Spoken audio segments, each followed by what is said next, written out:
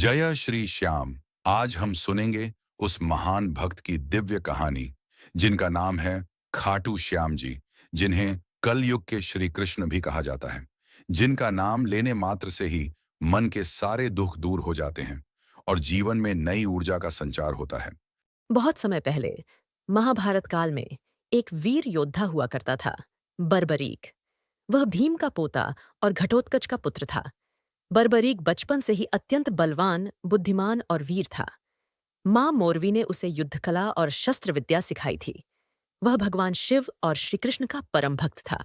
एक दिन भगवान शिव उसकी भक्ति से प्रसन्न हुए और उसे 3 अद्भुत बाण, तीर और एक धनुष प्रदान किया। इन 3 बाणों की शक्ति ऐसी थी कि पहला बाण किसी भी लक्ष्य को चिन्हित कर देता, दूसरा बाण उन सभी को नष्ट कर देता और तीसरा बाण सब कुछ वापस अपनी जगह ले आता। इसलिए उसे कहा जाता था 3 बाणधारी बर्बरीक।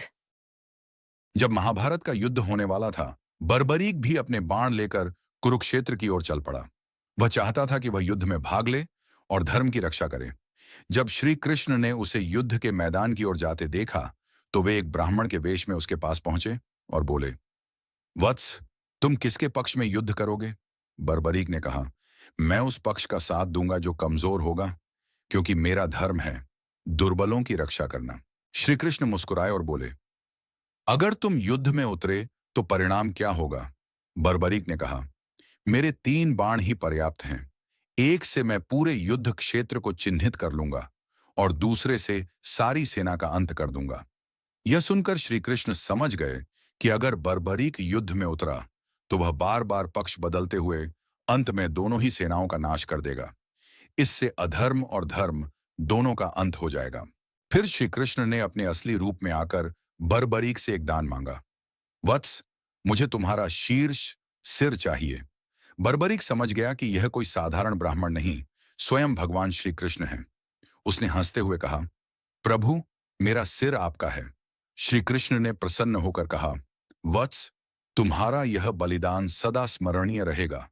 तुम्हारा सिर युद्ध समाप्ति तक एक पहाड़ी पर रखा जाएगा और तुम पूरे युद्ध का साक्षी बनोगे। महाभारत का युद्ध समाप्त होने के बाद श्री कृष्ण ने सभी योद्धाओं से पूछा, इस युद्ध को किसके कारण विजय मिली? हर किसी ने कहा, मेरे कारण, मेरे शौर्य से, मेरे बल से। तब श्री कृष्ण ने कहा, सच्चा उत्तर तो वही देगा जिसने पूरा युद्ध देखा है, बर्बरीक का सिर। जब सिर से पूछा गया तो उसने कहा, प्रभु, मैंने देखा, यह युद्ध किसी मानव ने नहीं, बल्कि आपके चक्र और आपकी लीला ने जीता है। श्री कृष्ण प्रसन्न हुए और कहा, वत्स, कलयुग में तू मेरे नाम से पूजित होगा। तू मेरा ही रूप बनकर भक्तों के दुख हर लेगा। समय बीतता गया।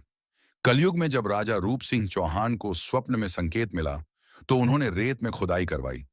वहां से एक दिव्य शीर्ष सिर निकला, जिसे बाद में एक मंदिर में स्थापित किया गया। वह स्थान आज खाटू धाम, राजस्थान के नाम से प्रसिद्ध है। आज खाटू श्याम जी के भक्त पूरे भारत ही नहीं, बल्कि दुनिया भर में हैं। लाखों लोग हर साल फाल्गुन मेले में दर्शन के लिए आते हैं।